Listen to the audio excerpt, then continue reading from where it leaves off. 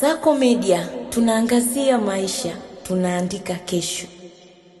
Mshambuliaji wa kimataifa wa Uholanzi Joshua Zirkzee amepitia kipindi kigumu tangu alipojiunga na Manchester United akitokea Bologna mwaka 2024. Licha ya matarajio makubwa, Zirkzee ameshindwa kupata nafasi ya kudumu kikosini, hali iliyomfanya aanze kufikiria kwa uzito uwezekano wa kuondoka klabuni hapo ifikapo dirisha la usajili la Januari.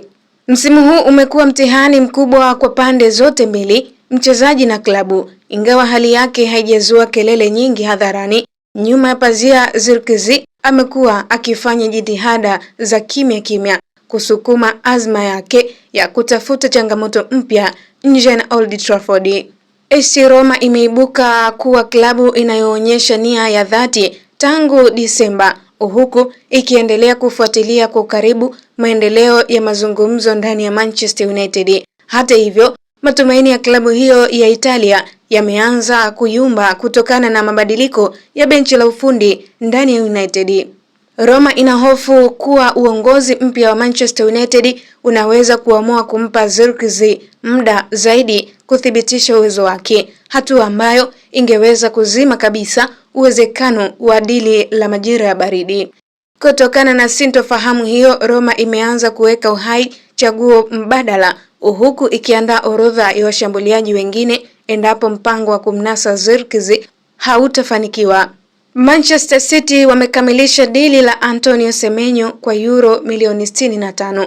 Manchester City wamefanikiwa kufunga rasmi makubaliano ya kumsajili winga Anton Semenyo kwa ada ya pauni milioni 65 katika dili kubwa la dirisha la usajili la Januari. Taarifa zinaeleza kwamba Semenyo alifanya uamuzi wake wa mapema kabla ya siku kuu ya Christmas, akichagua Manchester City mbele ya vilabu vingine vinne vya ligi kuu England vilivyokuwa vikiwania saini yake.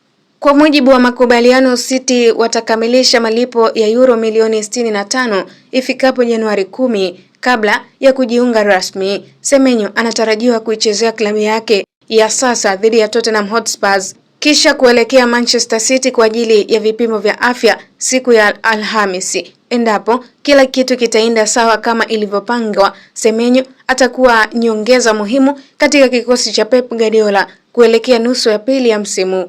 Marc Guehi anaweza kuondoka Crystal Palace Januari. Kocha wa Crystal Palace Olivier Glasner amethibitisha kuwa beki wake nyota Marc Guehi anaweza kuondoka klabuni hapo mwezi Januari. Guehi ambaye mkataba wake unaisha mwezi Juni amevutia macho ya Manchester City ambao wanatafuta kwa haraka beki wakati kutokana na changamoto za majeraha. Glasner ameweka wazi kuwa iwapo ofa kubwa itawasili, maslahi ya kifedha yanaweza kupewa kipaumbele kuliko michezo. Ameongeza kuwa kama mchezaji ataonyesha nia ya kuondoka na dau litakalokuwa kubwa, basi uhamisho unaweza kufanyika.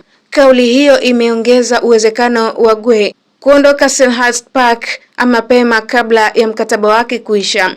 Ole Gunnar Solskjaer na Manchester United wapo kwenye mazungumzo ya moja kwa moja, na sasa ni rasmi kuwa kocha huyo wa zamani ndiye mgombea anayeongoza kwa nafasi hiyo. Taarifa zinaeleza kuwa mazungumzo yanaendelea vizuri bila changamoto yoyote kuhusu mshahara wala muda wa mkataba. Ole anaripotiwa kuwa tayari kabisa kurejea Old Trafford na tayari ametoa kauli ya kukubali ofa yoyote itakayowasilishwa kwake endapo makubaliano yatakamilika. Huenda mashabiki wa Manchester United wakamwona tena Solskjaer akiongoza timu hiyo katika kipindi kigumu, wakitarajia kurejesha utulivu na mwelekeo mpya ndani ya Old Trafford. Ni kusi mtazamaji wa Kasako Media, usiache kutufuatilia kwenye mitandao yetu ya kijamii Instagram, Facebook na Twitter. Tufollow kama Kasako Media kwenye YouTube channel yetu. Usisahau kusubscribe channel ya Kasako Media ili uwe wa kwanza kupata taarifa mbalimbali za kimichezo na burudani. Kasako Media, tunaangazia maisha, tunaandika kesho.